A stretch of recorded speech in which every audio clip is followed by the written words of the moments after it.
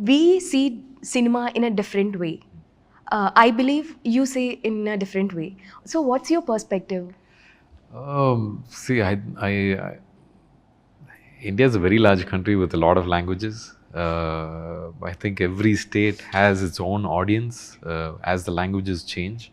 Um, I always have this one perspective that Tamil cinema is somewhere between Malayalam cinema and Telugu cinema, because Telugu cinema really celebrates everything about what heroism is, and what larger than life cinema is, and that's how cinema was always. It was this larger than life, a little outside of life. What if these things happen? All those things. And you go towards Malayalam cinema, it's more like day to day things happening and all those things. So Tamil cinema is somewhere between those two. And but now after this whole OTT, it's kind of like converging into different worlds coming into the same thing. So I think my perspective of what cinema is itself is a place to just go say the stories that you want to say. And I've always chosen the movies that I want to do. Apart from the ones that do come, I've always chosen, like, okay, let's not be on the same path as every other thing. I go with what I believe in. And be it a commercial cinema, or be it something that is very emotional, but I mean, like love cinema, or how do you say, about relationships, or something that is extremely dry, like a movie named Tanakaran that I did, or something that is more socially talked about. Different scripts or different stories can be told to the audience in our medium. Yeah. So I do take it as a little bit of an extra effort when I try to do certain movies, because we do want to tell them a few stories, at the same time also entertain them. So regardless, when you go into the theatre, you want to get entertained. So the entertainment factor is always the first. But there are other stories that you can and you will come across, and that you do want to put it out.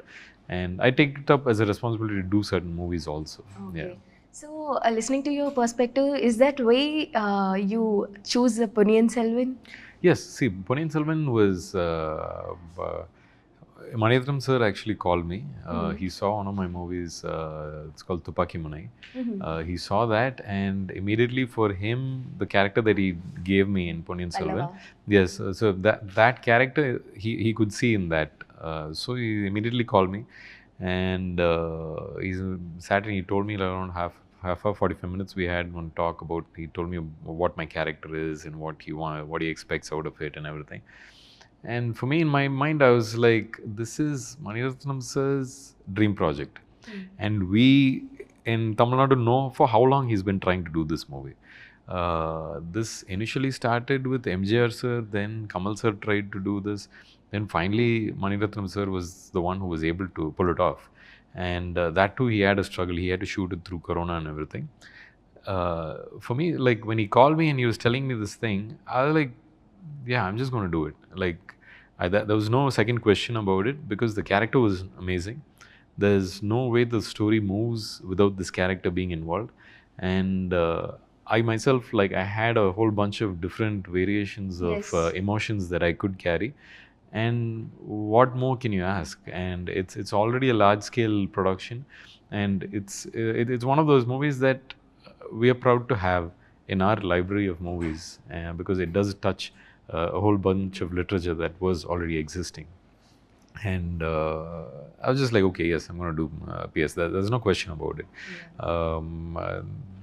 As far as perspective, if you're asking me, it's just purely like also a fan moment for being a part of Mani sir's dream project. And him asking me to do that was even much of a better thing than me going and asking, can I be part of it? So that is something I think I've earned from what are the movies I've done. So, one dream check. Yeah.